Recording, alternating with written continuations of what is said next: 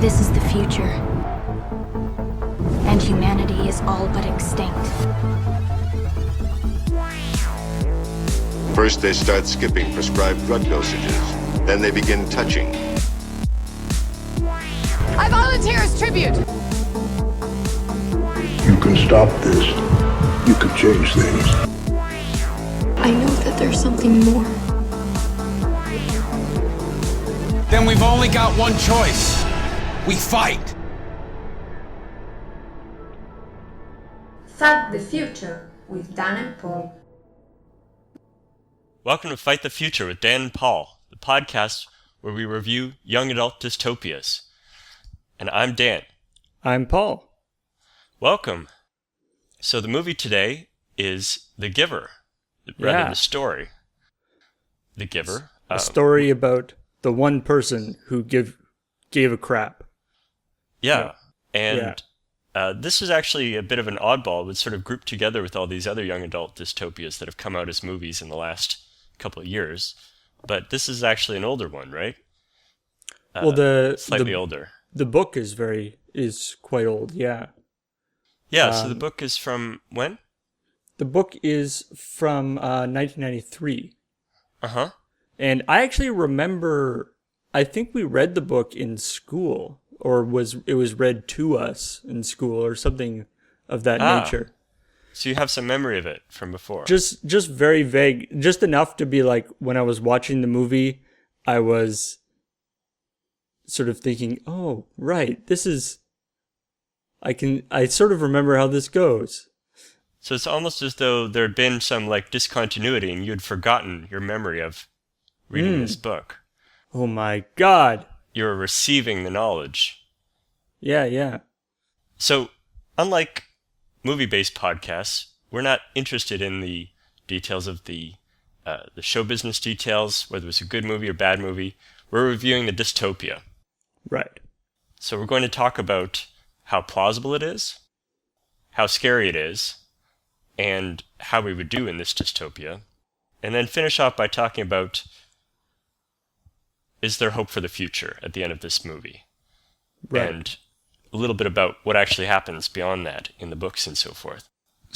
But we'll start off with a plot summary to get us all on the same page. And spoilers beware, this is a heavy spoiler podcast. Yeah, we really don't care. We don't give a fuck. We don't give her. The story. As with a lot of these dystopias, it starts after a unspecified bad thing happened. Yes. Referred to as the ruin. Yes, and we focus on what is called the community, which is on a raised plinth, a city of sorts. Extremely well planned, lots of Planned circles. community. Around it is what is known as the boundary, that nobody goes beyond. Everyone has had their memories erased of what happened before the ruin. And it's not even clear how long they've been in the city, or how long this has been going on for, right? Exactly. But some generations, it's been going on for.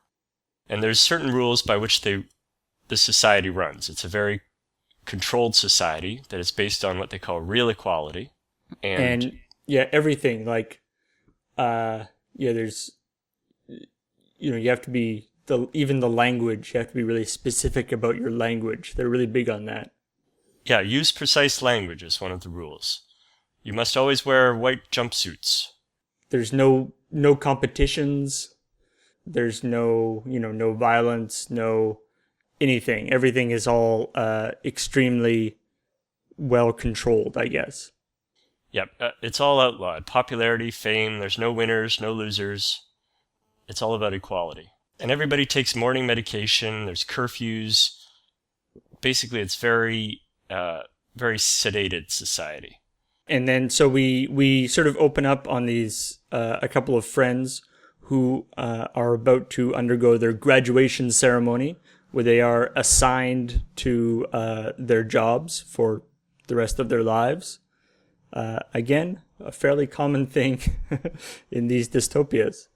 Yeah, you get your job handed to you, but at least in this case, they've been observing you. So there's a ruling class known as the elders that decide what your job is going to be at graduation at the age of 16. And it's understood that they've been observing you secretly for your entire life. Right. This is a heavily surveillance-based society. There's cameras everywhere. The elders have all the access to information about everything from birth, essentially. Jonas, Asher, and Fiona are 3 teens that we're following as they get their jobs. So they get all their jobs except Jonas is skipped in the job assignment ceremony. And that's because he's assigned a special job of receiver of memories. Yes, and it's because of special qualities of him, which I didn't 100% see, but in any case. It's that he has, like, I don't know, creativity or something. Courage, intelligence, integrity, and a capacity to see beyond. But in any case, it means that every day he has to ride his bike to this giver's hut. The giver is played by Jeff Bridges, is the old man who is the only person in this world who remembers the world before. Right. And the giver's job is to advise the elders if they feel like they need information from the world before. Exactly. And they begin to have sessions where the giver transmits to Jonah visions of the past through a mark on his arm. Mm-hmm. So it's kind of a mind meld thing. Sort of a mole-based transfer technology. Yeah, it's like he has a weird mole on his arm, and they use that to transmit. And the very first image is a sled and an exciting sled race down to a hut to a house where there's a Christmas carol being sung. And for the first time, the movie becomes in color at this point. So we should have mentioned that this movie's in black and white to begin with, which is quite ballsy. Yeah, so that's actually, it's quite an interesting sort of the way they play with, the color sort of gradually comes back as we follow Jonas, which is kind of a neat idea. As he sort of is awakening to the memories and stuff. Yeah. He sort of gets little flashes of color and then starts becoming more and more. But then we cut to somebody else's perspective and it's still black and white. Right. So this is a bold choice. And as he continues to go to visit the giver, he sees more in color and he sees more and more images from the past. He also learns that there was a previous receiver named Rosemary, who was the daughter of the giver, and it turns out committed suicide. Yeah, or was requested to be killed, sort of. Yeah. They talk about sending people go to elsewhere. And he's working at the nurturing center, and, if there's a baby that's undersized, or actually, no, there's twins, and twins are not allowed because it's too weird and freaky to have 2 people looking the same, I guess. Uh-huh. And so they, whichever one weighs less is sent to elsewhere. And so he sees his father sending this baby to elsewhere without understanding that he's actually killing the baby, which is pretty freaky. Yeah. Anyway, but and this is relevant because there's been a baby living with his family, Gabe, that the dad brought home, but it just keeps crying. This baby feels a kinship with because he also has this birthmark that indicates he has the potential to be a receiver in the future. Right. And he surreptitiously shares some memories with the baby, like of an elephant at one point. Right, and that seems to be something that really sort of gets through to this baby. Yes, yeah. But unfortunately the baby is undersized still. It's sort of very isn't growing fast enough, and so it's going to be taken to elsewhere. In the meantime, he's had a vision of a wedding, like seemingly at a Renaissance fair, where people are dancing and drinking mugs of ale. Renaissance fairs are happy places. And after that, he kisses Fiona, which is something that is unknown in their world. Right. And he also tells her to stop injecting herself with her morning drugs, which he's also stopped. You can use an apple instead. which seemed in the morning drugs are some sort of emotional suppressant. Right. It plays a part in the society of tranquilizing everybody. So, with the giver, he develops a plan that he needs to bring back the memory of the community. Mm-hmm. And somehow they find this map that shows sort of a rough outline of the community and the surrounding area. And there's this dotted line on the map that says the edge of memory. And they infer that if he crosses that boundary, everybody will get their memory back. Right, which seems like a pretty big jump. But there it is. Anyway, so he leaves home in the middle of the night after curfew, something that has never been done. And Fiona helps him to grab Gabe, the baby. Yeah, so he's sort of, he and the giver have this plan that they're going to do this thing, but then the timeline is pushed up because of Gabe, that he wants to save the baby before before the baby gets killed, and so he has to go now. I gotcha. So he's riding his bike out of the community with Gabe, the baby, with him. Mm-hmm. And his mom rats him out. Yeah, because mom actually happens to be the head of the security forces, so it's tough job. So guards are chasing him, and he drives right off the side of this plinth that they're on into the elsewhere. Yeah, and it becomes apparent that the plinth is only like 10 feet up from the ground. So people who fall off the edge aren't actually lost forever. They're just kind of like, oh, huh. Just they might sprain something. Yeah, but there's just this fog everywhere, so nobody actually realizes that they're that close to the ground. Yeah, if you do a little roll, you'll be fine. So the chief elder, who's played by Meryl Streep, tells his best friend Asher to go after him with drones. So that was what his friend became, a drone pilot. And instead of killing him, his friend just drops him in the river, and says that he's dead. And then, and so then he continues along.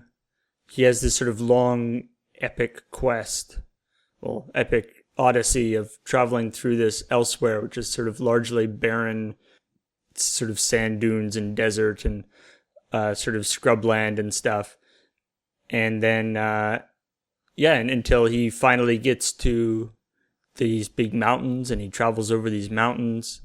And then meanwhile, back in the community, Fiona is sort of, they start watching back over the recorded footage of his interactions with Fiona and decide that she's sort of irrevocably corrupted by him. And so she's going to be sent to elsewhere. She's going to be executed by lethal injection. Yeah, which they call ceremony of release to elsewhere. By his dad. But it's like I found it interesting that it was actually set up exactly like, a lethal injection now. Like there's the room, and then there's like a little viewing gallery and all this kind of stuff. It's pretty nasty. With all the elders there. Yeah. And so, meanwhile, Jonas is trekking over the snow with the baby, and eventually he's right at the end of his rope, and he encounters a sled. Yeah. And he looks at his map. He seems to be expecting that there actually would be like some sort of dotted line that he would encounter or something. It's unclear as to what he... Giant dotted line. Yeah. He's been sort of following this extremely... Like, I don't really even know why he has the map. Like, he literally... It's like a Middle-earth map or something. Yeah, it's like, okay, I'm going towards the triangles on the map. And then, and so he gets on the sled and he realizes that it's the sled from the memory that he had at the beginning. And so he starts sledding down this hill sort of with the last of his energy. And as he goes down this hill, he goes through the border of memory, which turns out to be an actual, like, real electronic shield thing. Yep, and it sends a shockwave back that gives back everybody their memory, but we don't even see for a second how that plays out. Right. But it not only gives everyone everything goes into color. Yeah. It not only gives everyone back their memory, but it gives them like the giver's memory. Like it gives them not their memory, but the memory of everything that's happened, as if they were there, which is pretty crazy. Humanity's memory. Yeah. And then at the end of the sled ride, there's a house just like the one in his memory, and there are people singing carols inside, and hopefully what you've read about in the books will make that make some kind of sense. We'll see. Possibly. Plausibility. In this section, we talk about how plausible this world is, how it came about, and how it maintains itself. So, as with other stories, we can't talk about exactly the process by which we got there, because we come to this world already well established. Right. The ruin is all we know that happened. We've come to this place where there's been this big discontinuity, and the society has been created that is very, very structured, very planned. Right. In every way, basically to eliminate anything interesting or fun. With the idea that all of that stuff eventually leads to, conflict. Yeah, love leads to murder, I think is one part.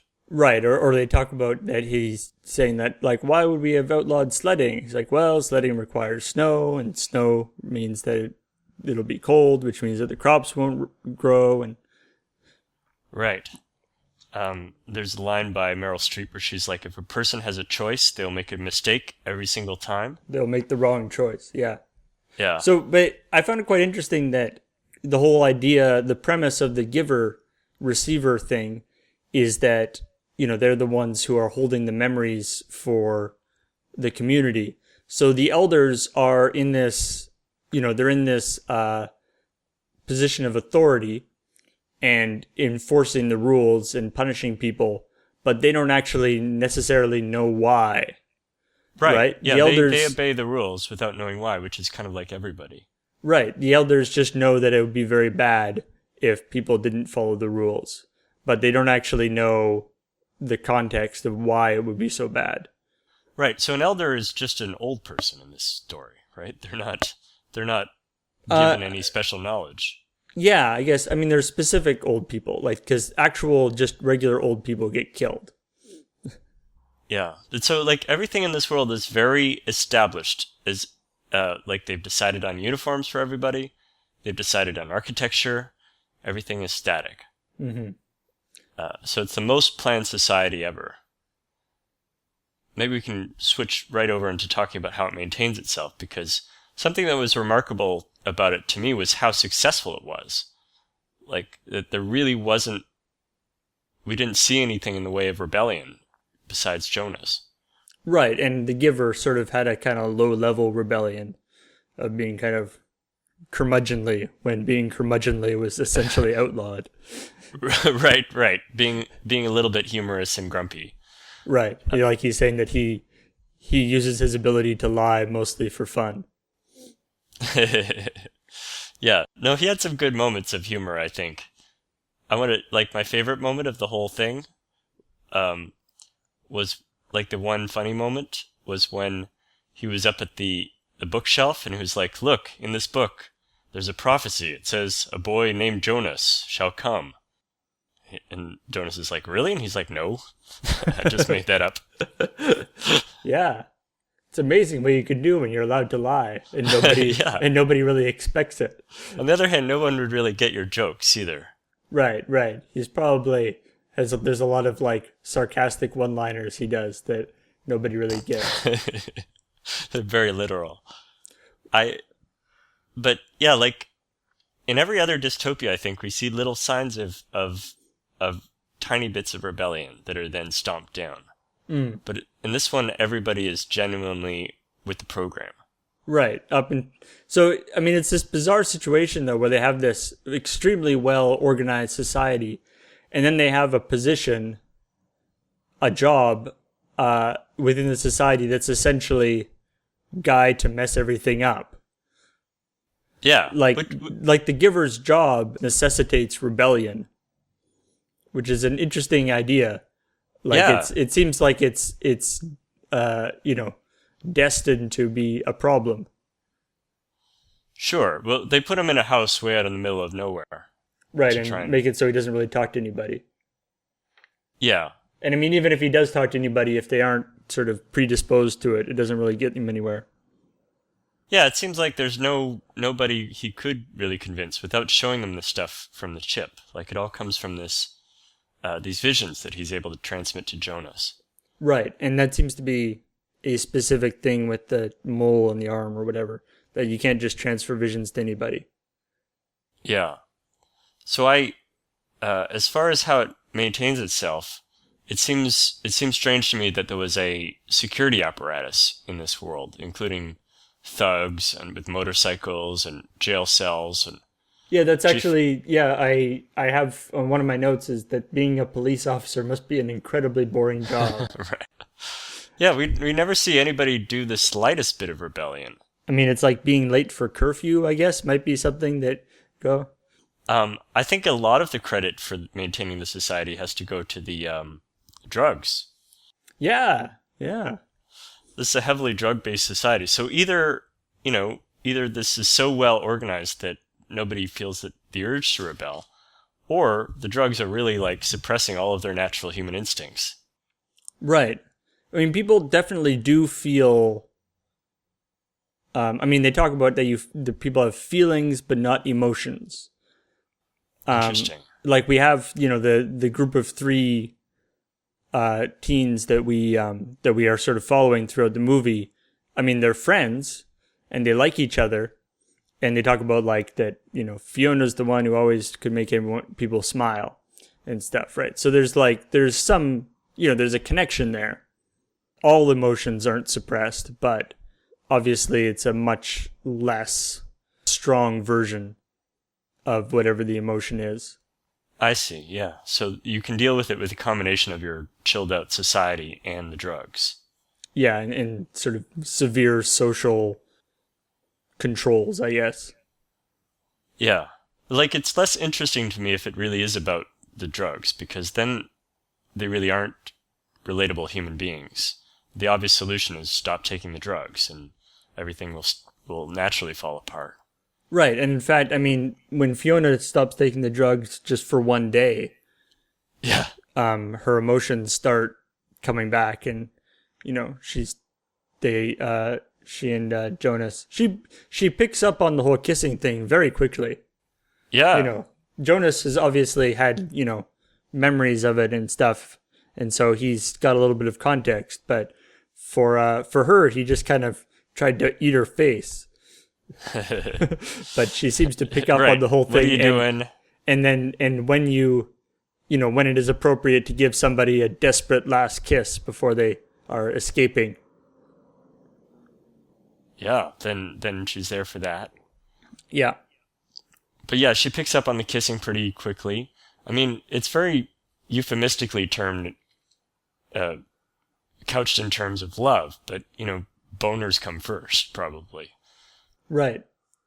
Actually, there's a thing, I mean, we'll talk more about the book later, but there's a thing they talk about with the, in the book where, I mean, in the book, things are a little bit less high tech, so it's just a pill that you take. It talks about like, he mentions like when he first started taking, like you start taking the drugs, essentially like at puberty. Uh-huh. And like he has basically like he has like a sex dream about Fiona, except he doesn't really understand what that is. And he tells his parents about it, and they're like, "Oh, that's totally fine. Everybody has that. That just means that it's time to start taking the drugs." Excellent. Yeah, see, that's better. That's cleverer. You make a great point about it being a society that they do have this chaos maker jester type figure in the form of Jeff Bridges. Yeah, like it would have been nice to see Jeff Bridges actually do his job. Like have a situation that the elders actually call on his advice for. Yeah, that's true. Like what situation could there be, in fact? There must be some things that happen. Aside from, I guess, like a threat from outside, perhaps? But it is the kind of society that is not interesting at all to watch, except insofar as somebody rebels against it. Right. In fact, it's sort of set up to be deliberately uninteresting. Right. So horrifying, I guess. But there's no stories that take place in this world. There's only the story of how it ends. Right. There's no external threat either. That's another thing. Right, yeah. Normally there would be some sort of thing. They seem to be the only people in the world, although the house kind of contradicts that. Right, right. But then there's, but that makes a good point about the language. Part of the way that society is controlled is through the language. This idea of precision of language. Right. He says, what is it? He says, I'm terrified about graduation day. And she says, precision of language, I'm anxious. Something like that. Which is not really precision. It's just use the words that we have sort of decreed. Right, which is great. Words. Like, I like that part of it. It shows that they only want you to have certain types of thoughts. Right, very 1984. So yeah, remove a word from your vocabulary and it's harder to have the thought. Like 1984, exactly. And, I mean, they actually talk about that when the girl is, when she's sort of falling in love with him, but doesn't understand. She's like, I feel something, but I don't have the words to say it. Right. He says, that's love, I hope. Not just, gas. Right. I mean, there's a few things that I noticed, like, well, I mean, the whole idea that there's no color is kind of interesting, right? That they've gone so far as to feel that colors make people, whatever, feel bad or different. Too exciting. And there don't seem to be actually, like, I think, like, everyone's white, basically. Yeah, I didn't see any people of color, so that's part of it. Except when Jonas starts actually seeing color, everyone is actually wearing color-coded uniforms. Oh, really? I missed that. But they can't actually see them.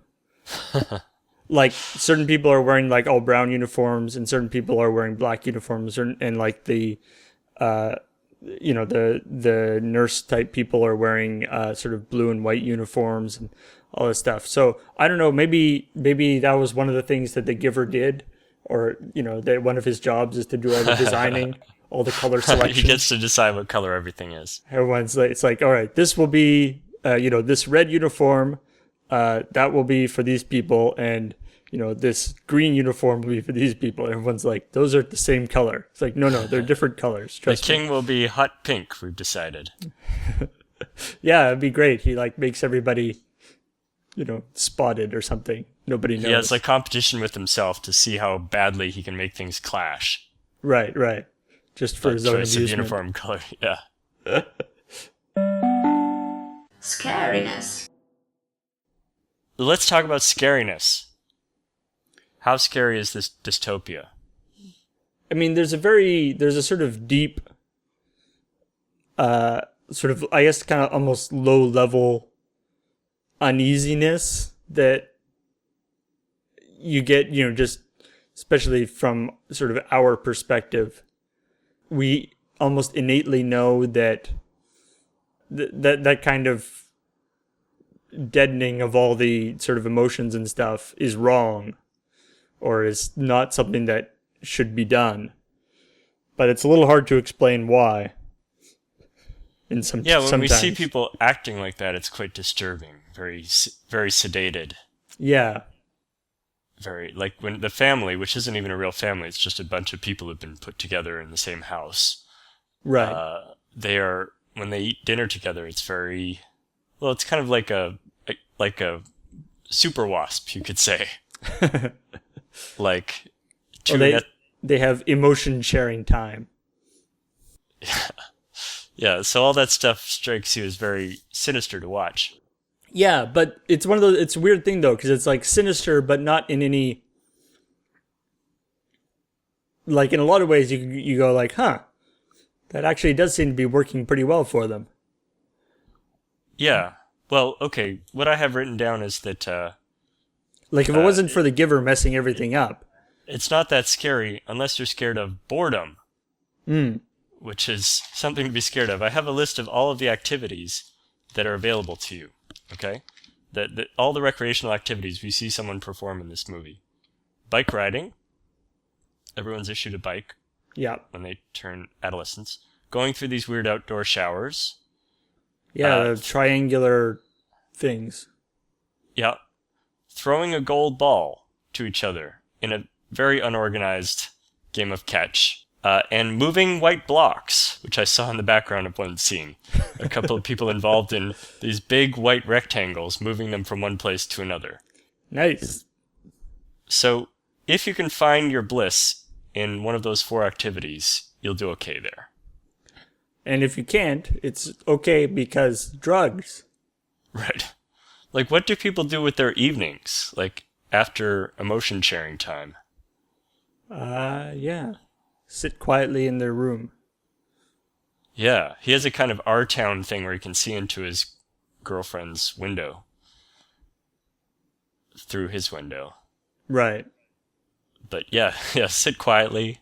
There's no religious text, there's no religion at all. There's nothing to read or watch. It does seem like there would be a lot of sort of downtime for people to get up to no good. Yeah. But they don't. No. Once he starts taking the memories, he invents something that has never been done before, where they ride on a tray down this gigantic arcing thing, which actually looks super fun. Yeah. And there's... Yeah, it invents fun, essentially. And like dancing and singing. Does he dance at one point? Yeah, he dances with his little sister. Right. And sort of tries to kind of sing.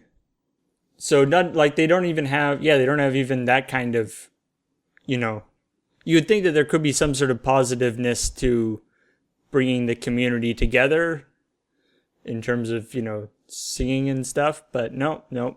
Right, no, they don't have any of that stuff of the shared ritual or mythology. Well, they have a few of those rituals when they all get together for graduation, but there doesn't seem to be much between them.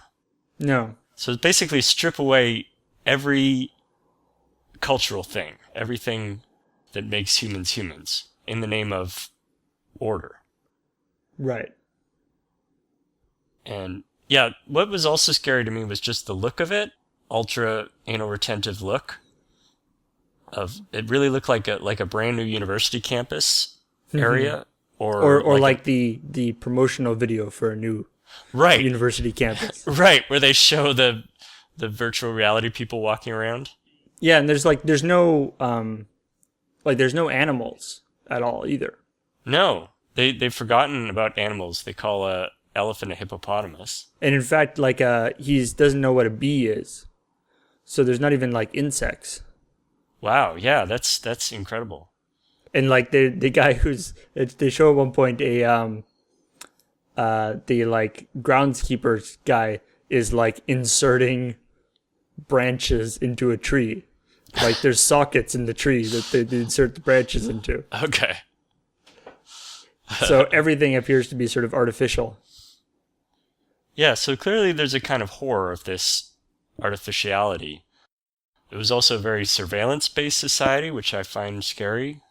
Yeah, definitely. I mean, it's always the bad sign. That's like one of those touchstones for dystopias is that, the calm voice making random announcements. Right, from over the loudspeaker pole. That happen to be related to what's going on right now, Uh-huh, yeah. People are reminded that taking trays and using them as sleds is prohibited.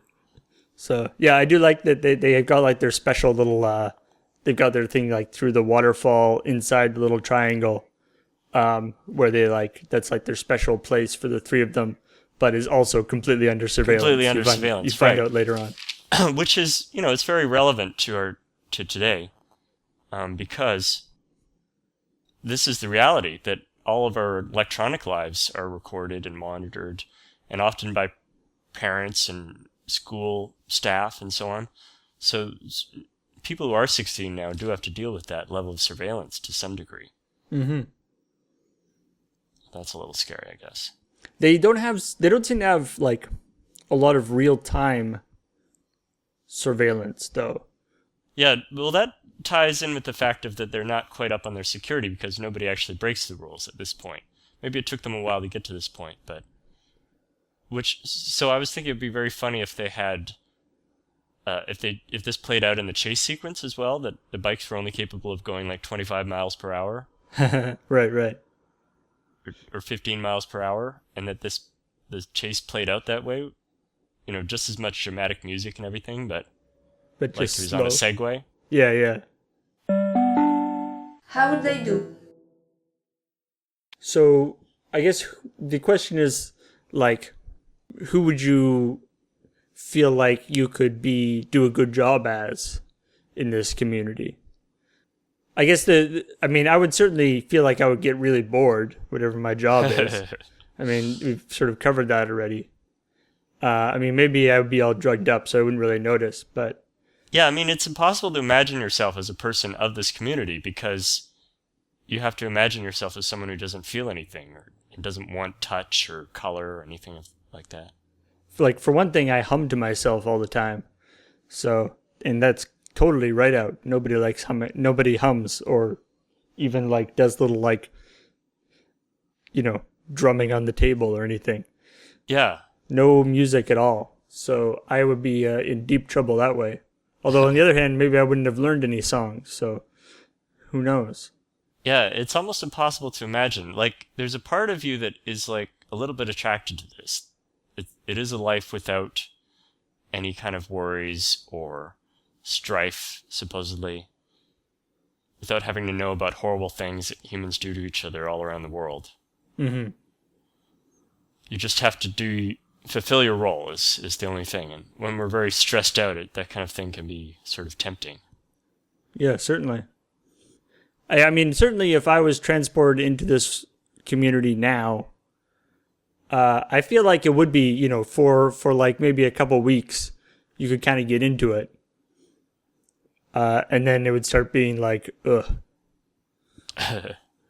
I'll bet the food is not very flavorful. No, probably not. It looks kind of good. It's like a little bit like a bento box or something you get every day. Or like an airplane food, actually, more like it. Yeah, yeah. You get all your different units of nutrition. But you wouldn't be able to talk to anybody, really? Yeah. About anything? I feel like I would run into problems just by, asking some innocuous question, and then suddenly that would set off a huge chain of events. Like, a lot of these, it's a recurring thing in these dystopias that, the whole thing tends to fall down when one person asks one question. Be like, right. Why are we doing this? And everyone sort of goes, whoa, hey, whoa, huh, what? Yeah, you're supposed to identify with Jonas. He always felt a little different from the others. Right. He sees a little more than the rest, which is a kind of dopey thing. And he doesn't, everyone else has a pretty good idea of what their sort of job is going to be when they're assigned, and he doesn't know. Right. So we're supposed to relate to that, I guess, that we're aimless. What if you were but special? The receiver of memories thing, like, that would be pretty cool, eh? You get to, you would get all this sort of new information suddenly. Yeah, it's really like, what that part is about kind of, it's like being introduced to art for the first time, being introduced to some new aspect of culture that really like grabs you and makes you come alive. It's a metaphor for that. Right. And how a mentor can kind of bring that stuff to you. I feel like in this world, the memories have more impact, I guess. Oh yeah. Than they would otherwise. It's very intense. They're emotional. They're vivid. It's like it must hit him so hard. And I almost would have liked to see more angst as far as how he's changed by this. There's one very good part where it's flashback to like the Vietnam War or something. Mm. And he has a moment of like, I don't want to do this anymore. I can't. This is too much. This pain. Right. Of war. I was thinking about that. I was, it's like, because it's not clear, where these memories came from originally, right? Like, right. Are these all the memories of all of humanity? But, like, what if that was actually just the memory of somebody watching, a Vietnam War movie? like Platoon. Yeah. Well, because the later on he does the thing where he's like, I'm going to give you memories of like courage, of people doing cool things. Right, and so you see actual movie footage of Tiananmen Square. Yeah, I marked that especially. So he's not seeing the point of view of the guy who is standing there in front of the tanks. He's seeing the point of view of somebody who is watching that guy on Watching TV. it on TV. Well, it's true. It's not that really is a big courageous memory. But that is something we all have as part of our memory. Like, it made me think about our collective memory that we have. And we have a lot of, like, really horrific things about the human race in our brains. Right, yeah. We've really seen. It was too bad that the clips that he was shown really looked like one of those commercials for, like, a weird multinational corporation. Like, yeah, they were a little bit we are in China, and there's a festival going on. Yeah, they were a little bit too heavy on the exciting cultural activities. And now here's a baby with a flower. And yeah. Or I was thinking there's like the YouTube, 24 hours around the world or whatever. Right. Like, we've seen so many commercials that look like this. It's too bad that they couldn't have risen a little higher up. Like their version of what it means to be human is a very, like, committee-based version. Does he get, like, I wonder if he got Jeff Daniels memories too. Jeff Bridges? Or Jeff Bridges, not Jeff Daniels. Like the time maybe, that I was... presumably Jeff Daniels memories would have been in there somewhere too. Yeah, it's every human being. Yeah. It's Eazy-E is in there too, somewhere. Hope for the future. Right, so we end the story. The ending of the movie, anyway, is it's like the ending of Tron, or like the ending of, I don't know, Wizard of Oz. Maybe not Wizard of Oz, but something where something is triggered, or the Phantom Menace, and a wave of goodness sweeps across the world. Right. Restoring everything. So it's an instantaneous solution to everybody's problems. Although, of course, there's no roadmap for what society will look like when everybody suddenly has all their memories and all of their feelings. You made a good point that it's not just their own memories, but they seem to get something of what the giver has, which is like a big storehouse of all human memories, which we don't have.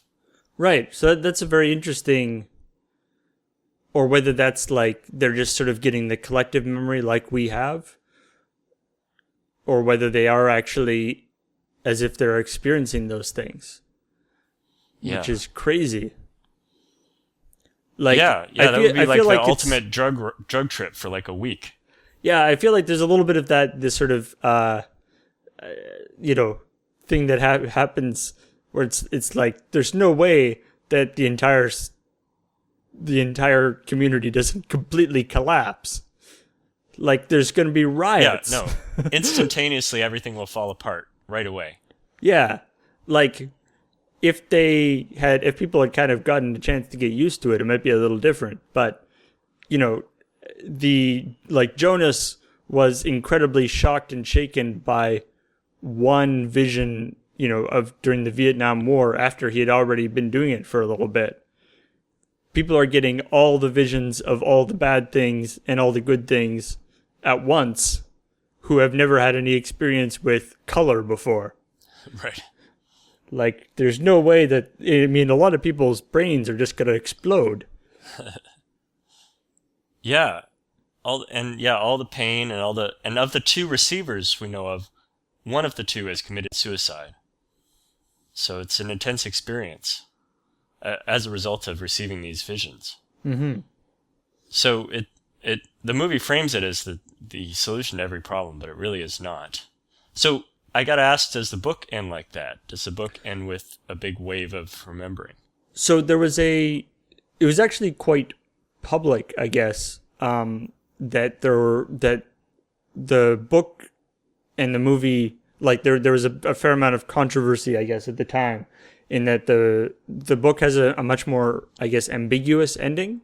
Like, the book ends with him, he's on the sled and everything, but there's a lot of implication that maybe he's just like dying of hypothermia and seeing this vision that was like the first thing that the giver showed to him, as opposed to it actually happening for real.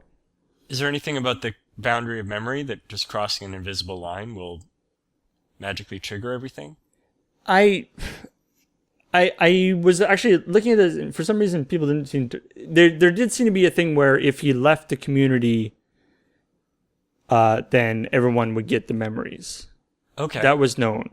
But I think whether he was successful or not and like you never cut back to the community once he leaves the community. That's interesting. In the book.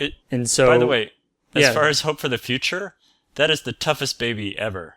Yeah. So there's more books to the series. Yeah, so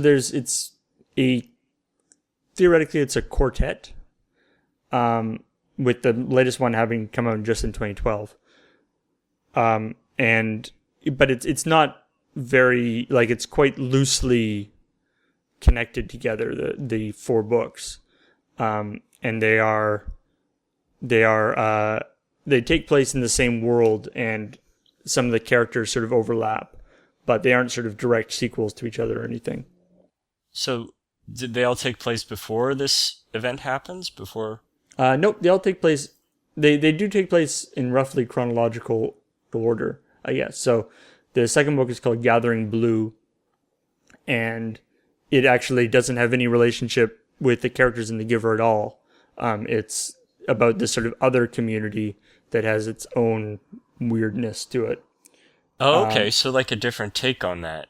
Yeah, it's a much more, I guess, less sort of high tech. Like it's much more sort of old fashioned type community, I guess. And then the third book, which is called The Messenger,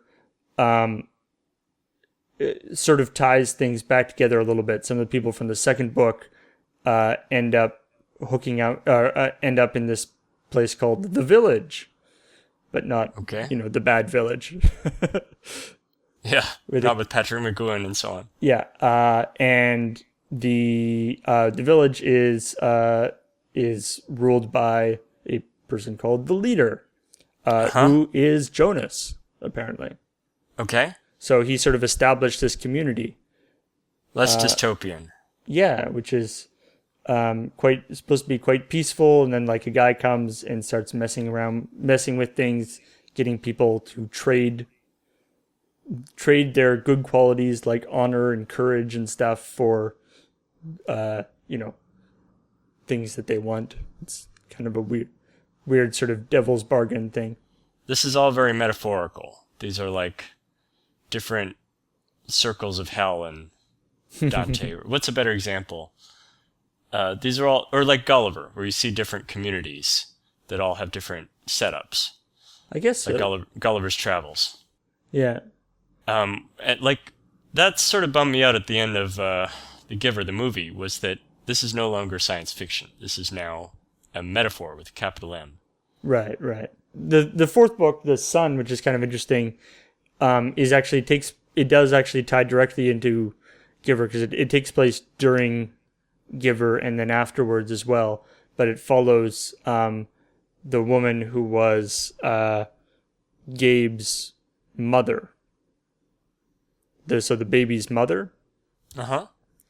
And basically that she sort of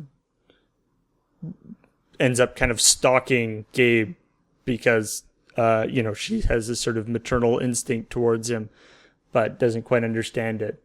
I wonder if it gets into actually what does happen after Jonas takes his action to the community. Yeah, I don't feel like that is actually gone into too much, which is unfortunate. Yeah. You know what else this movie reminded me of was Equilibrium. Did you ever see that? Yes. With Christian Bale. And it had the same thing of people being drugged up on emotion killers. Right. And somehow also managed to fit in an entire ridiculous science fiction action movie, a la Resident Evil. Yeah. With the same, and it's a little smarter too, in that there's a police that is constantly having to suppress people who are constantly trying to have culture. They have to destroy it. What's past there? What's past the outer edge, boundary of memory? A mystery. Boundary of memory. Is that what they built? So the memories would only stay within you and me? Let's move on. Wait. That boundary is meant to keep memories in. So if a receiver crosses it, does that mean the memories get set free? Perhaps. Perhaps if you or I crossed it, everyone could feel those memories again. So what am I seeing today? Nothing. You're seeing nothing today.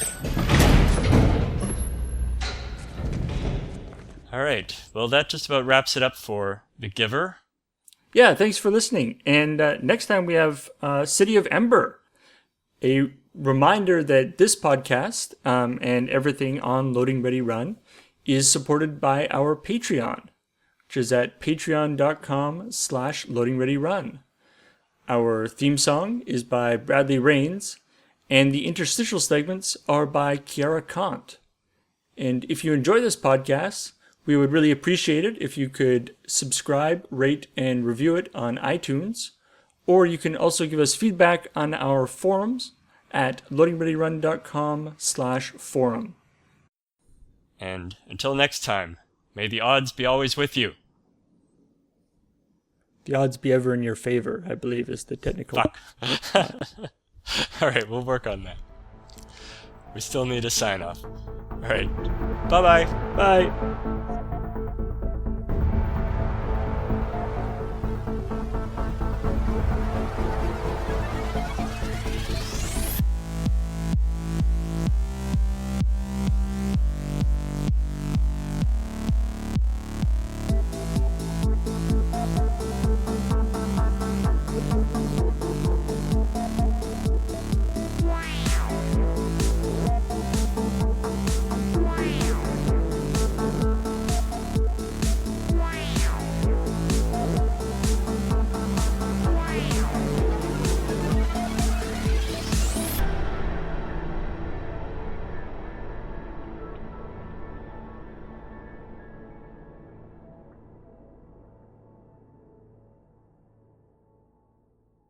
Ci vediamo. Perfect.